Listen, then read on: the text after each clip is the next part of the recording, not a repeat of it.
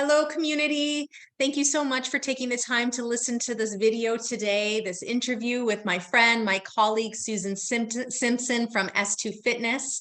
And I'm just so happy to have you on the call today, Susan, because for myself, I know just like in the world of nutrition, there is so much conflicting information out there in the field of exercise as well. And so I wanted to bring you on to have this conversation for my my database, the people that are in my community, to really just listen to what you have to say. I view you as an expert. You and I have known each other for many, many years. I worked out with you way back in the 90s when we used to work out at a fitness studio together. I found you again when I joined Orange Theory some years back, and now I'm finding you again at your own studio, and really in the last 3 months of taking your classes and taking them 3 or 4 times a week and really enjoying them. And so you are a wealth of knowledge and information, and thank you for being here. And just why don't you introduce yourself now and anything you want to share with my audience? Well, thank you, Amy, first of all, for having me. I'm very, very excited. And yes, we go way, way back. We must have started aerobics when we were like 13, right?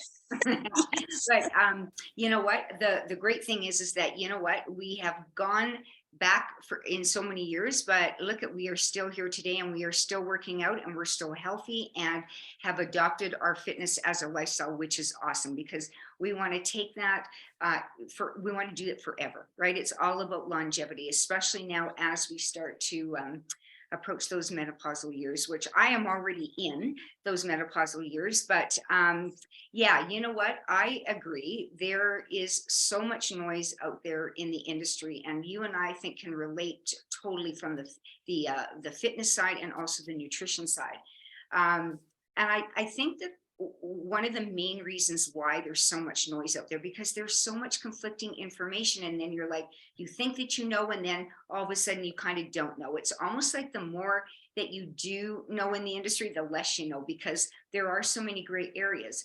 But what ends up happening, I think, in the fitness industry, and this is in my opinion, and even in nutrition, is that there are experts that post things on the internet, websites, social media. And then there are people that post things who have had a lot of experience. But people with a lot of experience doesn't necessarily mean that they're experts. So for example, let's say we'll take an individual, let's say a bodybuilder, or somebody who's been working out for 20 years. And they've been in let's say a weight room, and they've done weight training and strength training. And so they may be very experienced in what they've been doing, but it doesn't necessarily mean they're an expert. And an example I like to use is, a lot of the times I find even people that have been working out for years, I'm, as you know, a real stickler on form and technique. Well, someone can work out for 25 years, and I've seen this so many times, where they're doing an exercise completely, like they could be benefiting more by doing the exercise correctly. So, but they've been working out for 25 years. So it doesn't necessarily mean that they are experts in their field. So expertise really comes from like gaining a lot of knowledge, and through education, and through studies, and things that are that are based from research. And then there are people that are putting things on the internet from experience. And the same very much in diets, right? People that, oh, I do keto, it's really worked for me, or I do intermittent fasting, or I've done the Dr. Atkins. But it doesn't necessarily mean that because they've experienced it, and maybe that worked for them, because that could be another whole subject, but we know that those fad diets don't work. Well, the fad workouts don't necessarily work, and they don't always appeal to the average population. So that's kind of where I think that there is a lot of noise out there. So the conflicting information, how do we sort of kind of get rid of that conflicting information? I would say to basically go by evidence-based practice. So things that we that we know that governed bodies put out in the industry. And the one that you're going to probably hear me talk about or refer to a lot is the American College of Sports Medicine, the ACSM, because that's who I am certified through. And they are a body in the US that conducts fitness research and studies. They also have an obstetrics and gynecology division. And so they are the ones that actually pump out all of, like, they do all the studies, and they're the ones that pump out, okay, what are those exercise prescription guidelines for the average healthy individual? And then we try to adhere to those guidelines. Now, that being said, what we choose within those guidelines is entirely up to an individual. Gender, age, where they are at in their fitness journey, health status, all kinds of things. So it's really hard to just kind of say, okay, this program or this type of workout is good for everyone, and that it really works. Okay, so that's kind of where I'm at. So I usually prescribe my fitness programs or classes kind of through obviously the experience and my knowledge over the past 40 years, but also sort of following those guidelines using the FIT formula. So the frequency, so how often are you going to work out? And then I is for the intensity. So what type of intensity? Are you going to do moderate intensity, higher intensity, or maybe a mixture of both?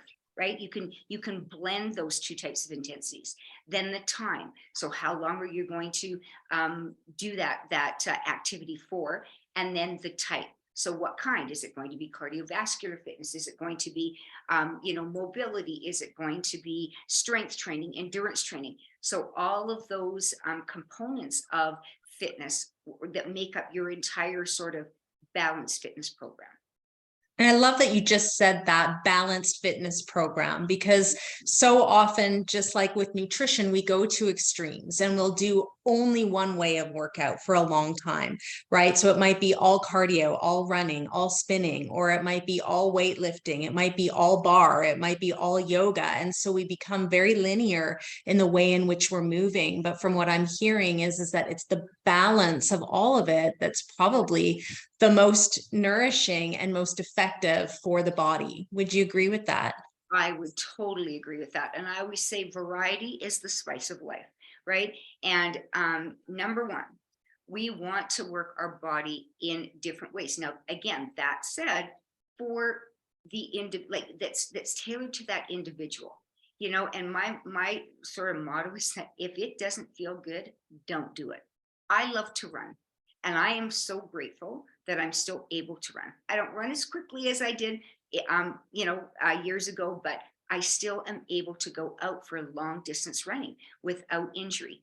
The second that starts to not feel good in my body, I will stop running. Running is not for everyone. So, power walking or doing hills or stairs, whatever activities that you choose, let's say out of a structured sort of, studio or gym or whatever, is entirely up to that person and what works for them. But having that balance is key, because number one, you alleviate boredom. Mm-hmm. All right. Repetitive strain, doing the same things in the same sort of plane of motion all the time. All right. And then you like when you become bored, then the chances of you falling off your program are are huge, right? Mm-hmm. And also your body becomes adapted to the stresses being placed on it. So for example, somebody that maybe, for example, yoga is a great activity and it serves a purpose. And some people do it and that's all they do. And that is okay if that's what's working for them. However, as an example, I have had people that have only done yoga their entire, sort of for the past 15 years, and then have kind of came to me and said, you know what, I would never want to give up my yoga. I love it, but it's not quite enough. I need something more. So that's where people seek out to sort of branch off and do other types of activities that will only complement and enhance their yoga and vice versa. Yes. Yeah. So I'm a firm believer of having balance in everything with cardiovascular fitness and strength training and mobility, which could be Yes. yoga. Yes. And that's actually what I love about your classes is that you have a perfect combination of all of that. And we'll talk about the specifics of your classes later. You know, one of the things that I often hear with my clients, and especially for women and men who are going through perimenopause, menopause, male andropause, you know, sometimes the body gets stuck. It gets in a rut. What and how we used to work out doesn't seem to be working in the same way. You know, my clients often say they're not getting the same results as they used to. Do you think that's because they haven't had that varied and balanced movement lifestyle, fitness lifestyle? Or do you feel that in those phases of life, in that hormonal phase, there's a different way in which we need to approach our exercise?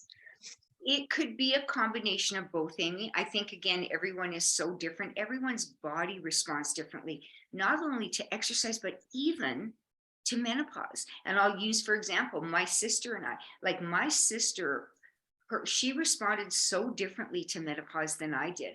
And in different ways. I'm not, won't get into it, but just very different. And just like to exercise or with exercise, everyone's body responds differently. So what one activity may have been fine for one person may have never been okay for another.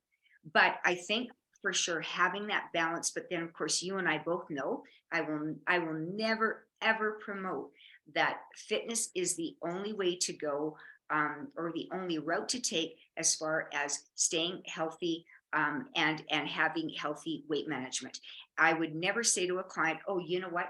You train with me 7 days a week and you just go and eat whatever you wish and feel and think that that's going to be great nutritional advice, because it's not, right? Yes. And vice versa. Nutrition, the two go hand in hand. One of the reasons, yes, as we get older, when we're in perimenopause and menopausal, we definitely, our hormones change. Women produce less estrogen, so that plays a factor. We become more sedentary, even when we don't realize. When we're young, we would always have, and I'll go back to sort of when I was in school. I mean, I loved phys ed. We had phys ed. When I got out of school, I found that I had to seek my sort of fitness, right? And so as we get older, we become more sedentary and we don't realize it. And after the age of 25, this is quite an interesting statistic, that after the age of 25, we lose a half a pound of muscle per year. And then all of a sudden, we start to get up there in age, so our cycle changes to do with that. Then our eating habits change, then we are not exercising as much, and our nutritional habits kind of go out the window. So we put all of that in a bowl, and all of a sudden it adds up to a lot, and it can make a big difference. So the object of the game, and when I say fat mass and lean mass, it's just referring to the adipose tissue, like the excess fat.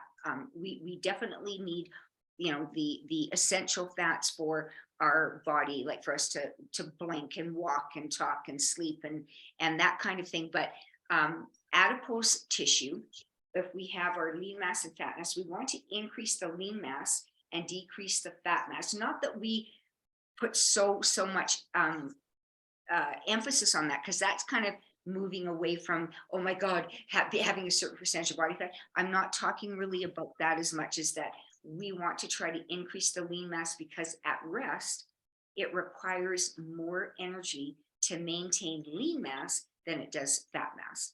And so with the more muscle mass, and that doesn't mean in a large quantity, just muscle mass, we have a higher, it increases our metabolism. Yes. And so interesting too, as you said, our muscle starts to decrease from 25 on. Well, so does testosterone. And especially for men, testosterone starts to drastically increase. And what often happens is that they end up having a harder time putting on that muscle mass and maintaining it. And women, especially as they hit their later hormonal phases, that need to increase the testosterone and the muscle is so important because, like you said, it stimulates metabolism, because from my understanding, it's thermogenic. muscle is thermogenic. And so when we build that, we are actually helping to burn our calories more effectively. Yeah. Yeah. Mm. Yeah. Yes. And also, especially for women, because we start to produce less estrogen, which is key in um, bone mineral density. So Mm. that's the reason, And why. so is progesterone. Progesterone is actually essential hormone for our bone density, which is really important. And a lot of women, their progesterone will also tank as well. So that's very, very important. If you can maybe clear up this piece of confusion for me, because we do hear a lot about the importance of weight training, resistance training, especially from, age 40 and on. I think it's important for any age, truly. But to be mixed, of course, in balance with doing some cardiovascular training too. But what does weightlifting or weight training, resistance training, what does that all mean? Because sometimes I have the picture that you have to be lifting heavy weights, really small amount of reps, but extreme amount of weight, which doesn't really necessarily speak to me. I personally, somebody who can go anywhere from 10 to maybe 17 pounds of weight and feel like that's enough for me. Is that considered weight training or resistance training? Can you kind of clarify all of what that means? Right. That's a very good question, Amy. So let's just take it in the form. Resistance training is when you are imposing the demands on your muscles. So let's say, for example, even just walking, okay, that is a form of resistance training, but you're going with gravity. But when we talk about, let's say, weight training, strength training, that kind of training, we are then putting some weight to it so that it becomes more challenging, because that's what I'm saying. So let's just go back to yoga. And please, anyone who's watching, I am definitely not bashing yoga. Yoga is a wonderful practice, and it serves an important purpose in our sort of fitness lifestyle. But for example, let's say if someone was doing yoga and that is all their own body weight, well, maybe it isn't as challenging for a particular person. So they would need to impose the demands. Our body becomes adapted to the stresses being placed on it. And just like what we talked about earlier, it's also important to switch things up so that our body doesn't become so adapted. All right. So that's really, so resistance training is just adding more resistance. Now, good point about, sometimes your weight can vary from 10 to 17 pounds. What does heavy mean? Do you know what? It's actually irrelevant. Weight training, or not weight training, but weights are relative. Like the muscles do not know weight. If I were to pick up a 10-pound dumbbell or a 15-pound dumbbell, the muscle doesn't know how much that weight is. Muscle knows intensity. Muscle knows intensity. So in other words, and that's why in class, a lot of the times in general, I mean, I can give a general guideline, but that's why I say, okay, for this one, a medium heavy weight or light medium weight or lightweight, because what is medium heavy to you may not be medium heavy to me. It might be a completely different weight depending on where I am in, as far as progression and like all of that kind of stuff, and where I am in my fitness journey, and am I working around an injury, et cetera, et cetera. I usually have this rule of thumb: you want those last few reps difficult to do, that is provided with that you're doing it with great form and technique, that if those last few reps are fairly difficult to do, then that's where you want to be without opening your body up to injury or cheating. So now, how many reps? Well, it just depends. Sort of works sort of specifically to what your goals are. So that's why, like in my classes, I have all different ranges of rep ranges, and different types of exercises, because especially in a class situation, when you, like, remember how we were saying, like, true strength, really, if someone actually engaged in a true strength, and what the definition of that is like 2 to 3 reps. Well, could you imagine the average population? Not only would they not be able to do that kind of weight, they would injure themselves like in a split second. So it's So again, that is where it's a huge gray area, but generally, if you're kind of doing sort of strength training, it would be maybe anywhere from 8 to 10, 12 reps. More endurance training would be kind of like a 12, 15 and up. And in a class situation, I even do more reps than that, because that's kind of what we need to do when we're sort of targeting sort of the general population. But so does that answer your question? Yeah, yes, it does. And then on the other side of that, I'm curious what your thoughts are or opinion is on the importance or the need to do things like high intensity interval training or really intense, cardio classes. And again, I'll just use spin classes comes to the top of my mind, or something like an Orange Theory where you're really outputting a lot of, would you consider that anaerobic exercise? Well, parts of it are, and anaerobic is not a bad thing. Aerobic and anaerobic are two energy pathways that we tap into, which is a good thing. However, again, if let's say someone is starting out in their program, or let's say that they're at a stage in their life where anaerobic is not for them, that's not what they would do. But anaerobic means without oxygen, meaning that you're doing more intense bouts of activity, but you could not do them for long periods of time. Aerobic means with oxygen, so that you can. So for example, walking and even jogging, cycling and doing things at sort of a more moderate to upper intensity. Now, that said, that's a very loaded question. This is another thing. It depends on, let's say, how much time does someone have to spend in their fitness program? So, and I've had this asked so many times that people ask me, okay, well, you know what, like if I only had, 2 or 3 times a week, that is it, like 30 minutes, so 90 minutes a week, what is my kind of most bang for my buck? Well, then that's where the higher intensity interval type training would come in. But is it something that you would want to do every day? No. Like, your body needs to recover. But then also,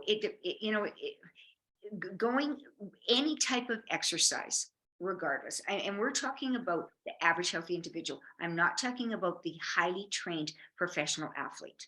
Okay. You, myself, all of us, we're all, kind of working out sort of, our goals are sort of, they're all similar. Okay. So high intensity for anyone is not good, in the sense that if you are walking away from a workout and you are feeling extreme fatigue, extreme exhaustion, feeling dizzy, lightheaded, nauseous, irritable, you can't sleep, you are kicking your body into overtraining. We rarely talk about overtraining because the minority of the population still, actually, believe it or not, are the ones that aren't working out on a regular basis. You and I are, we are the minority, pardon me, the majority of the population are the ones that aren't working out. Are not working out, yes. Exactly. We're still the minority. And so, so we don't talk about overtraining as much, because our issue usually is that people are undertraining. They're not training enough. Yes. But your body will tell you, and I think, Amy, you kind of were hitting that a while back, where you were kicking your body into overtraining and you felt it. Yeah, that fatigue, that need for that nap, or feeling drained, or the caffeine to kind of keep going in the day, right? It's that was all tell signs that my adrenals were being burnt out from those types of workouts. It was just too high intensity. And it's interesting sometimes when you go into a group fitness kind of a place where you have a huge range of people, a huge range of ages and phases of life. And so somebody that's mid 40s is doing the same workout as a young 20-year-old that's doing the same workout as a 65-year-old male. And I might be the 45-year-old female, and we're all doing the exact same thing. And the question is like, is that really the right way to approach your exercise, right?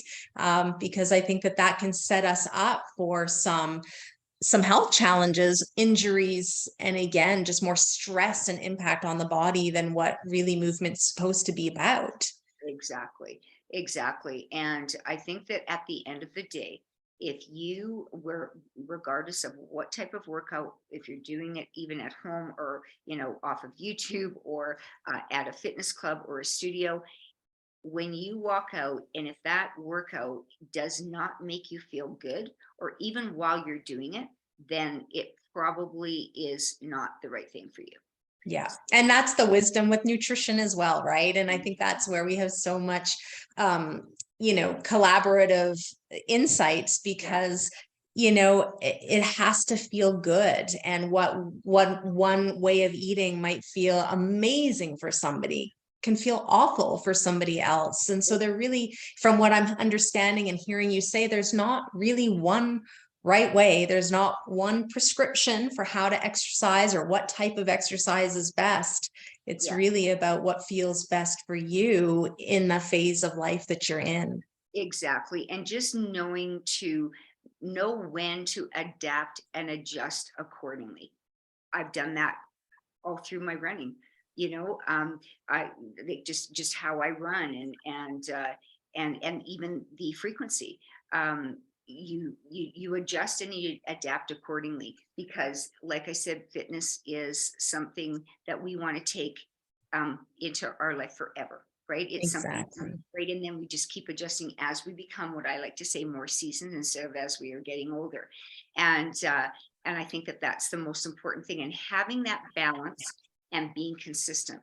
So, kind of going back to when you were saying how, perimenopausal, menopausal, like people aren't sort of getting the results from the same type of workouts that they were doing, or the workouts that they were doing, a few years back, and they're still trying to do those same workouts. That doesn't feel good. And that kind of goes back to knowing when to adapt and adjust.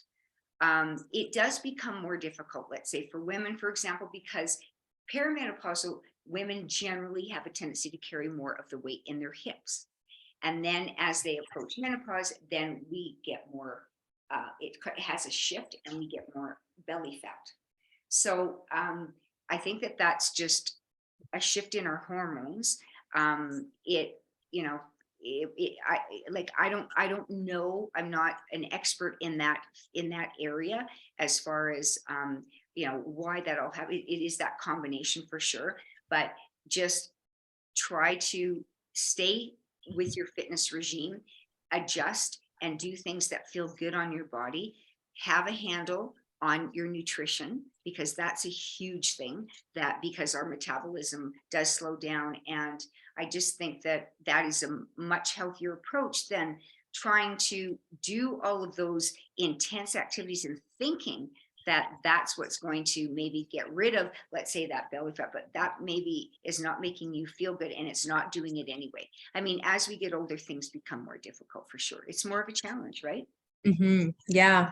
And our last little bit of time too, Susan, I was wondering if you can just emphasize the importance of the stretching, range of motion activities, really taking that time. You mentioned overtraining, and we often don't take enough time to actually take a break from our workout. So within our week of working out, how often should we be doing these stretching and maybe days off to more be restorative with the body? Yeah, that's a really good question, Amy.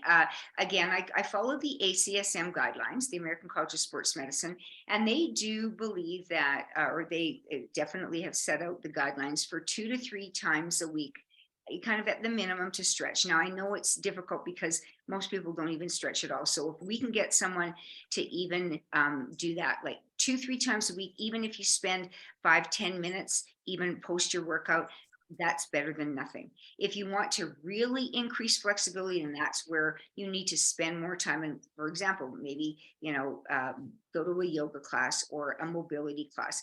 Mobility is hugely important, especially as we do get older, because our range of motion starts to disappear and it diminishes. And so we need to maintain our mobility so that we're able to function like on a daily basis, be able to do and perform tasks in our day without it being that taxing. All right. So super, super important to stretch post your workout. I also think it's really interesting because in our world, we always think more is better. Yeah. But it's often in the rest where the results are happening, where the muscle building is taking place, right? It's like even when we're sleeping, that's when we're detoxing, that's when we're repairing, that's when we're restoring. And so, you know, I don't think we don't emphasize enough that in the stretch is actually where we're supporting some detoxification, we're supporting some liver flushing and cleansing. We're allowing the digestive system to move. We're moving that synovial fluid. We're actually shifting the lymphatic system. So all of that is actually helping the effort make, you know, come to play. But yet, because it's a still thing, you know, we're not sweating, we're not working really hard, we're thinking we're not doing anything. But I think it's in the stretch and in those rest days where that's where the magic is actually happening. Exactly. Recovery is equally as important as us working out and taxing our body, our muscles, our heart muscle, our lungs, our skeletal muscles. We definitely need to recover, and otherwise, you're going to end up injuring yourself. Again, you're going to be tired. Not sleep well, all those kinds of things, like overtraining. A part of overtraining is when you don't have recovery as well. Mm-hmm. So Mm-hmm. recovery is huge. So I think that, just listen to your body, be sensible. As we get older, we've got even more experience, and we know what feels good, and we know what that does, what, things that don't feel good. Yes. And yeah.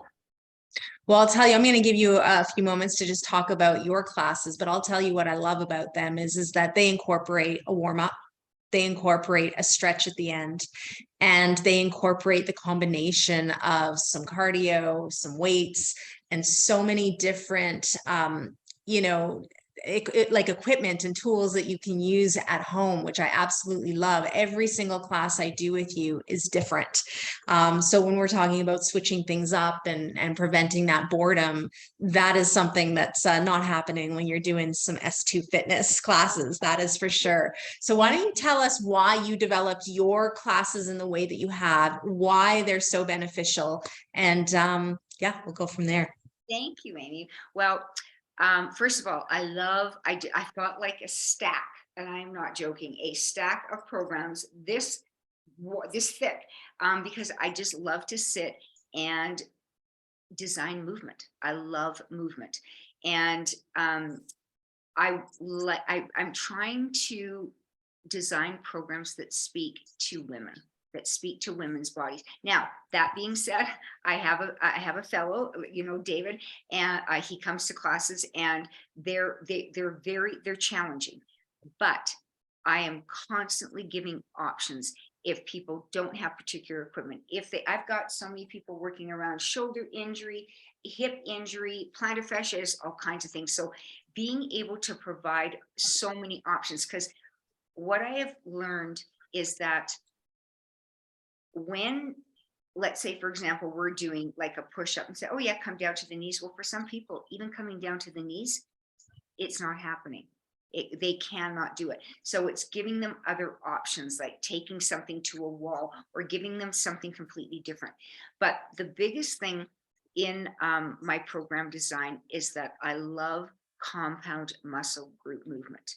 And that is a way that not only are we working our body in different planes of motion instead of just in one plane of motion, that you're burning. So it's like I try to make it as energy efficient as possible. So burning the most calories that we can in a class, getting the heart rate up by using compound muscle group movement. So in other words, let's say if we were to do for example, just a bicep curl, adding something with that bicep curl so that our heart rate gets up, so that we're using more muscle groups at one time. I also have like the cardio, strength training, and cardio, they do two different things. So I'm not saying for someone to just do cardio or just do weights. They go hand in hand. They do two different things. So we cannot forget about our cardio, but that's not where you would, let's say, okay, because I've had people say, oh, you know what, I run on the treadmill like 4 or 5 days a week and 45 minutes or 30 to 45 minutes, and I'm not getting any results. Instead, taking those 4 times, switching it out with some cardio and some strength training. So the combination of my cardio intervals and the weight training intervals are key, because as you know, you feel like you've got an entire full body workout. The days of splitting the muscle groups up, they're like long gone in my eyes as far as a fitness class situation. We want the most bang for our buck, but it's doable, it's challenging, and yet you walk away feeling, oh, you know what, I got a really good workout, but I'm not fatigued or feeling injured. And That's one of the biggest things I've noticed, is that I feel like I've got an amazing workout, but I'm having great energy throughout the day. I'm not fatigued by the workouts in a negative way, which is great. Doesn't mean I'm not sore or stiff from doing some of the movements, right? But it's not fatiguing and creating an underactive adrenal, or like secreting way too much cortisol throughout the class, which is really, really important. Really important. Exactly. And that's the thing, guys. Fitness should give you energy. It should not sap it. It should not sap your strength to where you feel, like you said, Amy, that you need to have a nap in the middle of the day, or you need to drink so much caffeine to try to stay awake.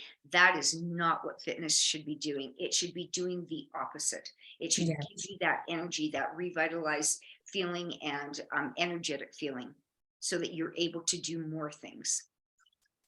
Perfectly said. I think that's a perfect place for us to end here. Susan, everybody can find your information at s2fitness.ca. S2fitness, yeah, .ca. Or they can also get a hold of me. I've got my phone number up on my website. The website is just more of it's an informational type. It's got the information up there, but if you really need it, you have to sort of, it's more of a personalized business. So people will get a hold of me through emailing me at s2fitness@shaw.ca, or you can also give me a call. Perfect. And, you know, one of the things that we didn't mention, and what, again, I love so much and appreciate so much about what you're offering is that you offer online, in person, and on demand, right? So, I mean, 3 ways. So personally for me, I got in the habit of working out from home throughout the pandemic, and I never went back to a gym. I still haven't. I love working out from home for the efficiency of it. And your classes, I can choose up to 4 a week. You offer 1 to 4 classes that I can choose a week. I get to watch them at my own time. Or if I have the time, I can join you live. And I think that's just so valuable. I just love that. So I thank you for making your workout so accessible, so fun, so creative, and for sharing your expertise and knowledge and wisdom with us today. Is there anything else that you would like to say just as a final wrap up, Susan? You know what? I think that, like I was saying earlier, do what speaks to your body. Get rid of the noise, get rid of the chatter, just use common sense, because what is right for one, like even today, Amy, you said you heard that 11 minutes of exercise a day now is the thing. Well, that might be to just get people moving, but just follow the guidelines of like the ACSM or any sort of governed body that puts out those prescription guidelines. If you're working with a fitness professional, they would know what those guidelines are. Be consistent, have balance, get lots of rest, right? And have proper nutrition, and just do what speaks to your own body. Great. Thank you so much, Susan. Again, s2fitness.ca. And thanks for taking the time to listen, everybody. I hope that you found this to be valuable. Thank you. Thanks, Amy, for having me. See ya. You're welcome. Bye-bye.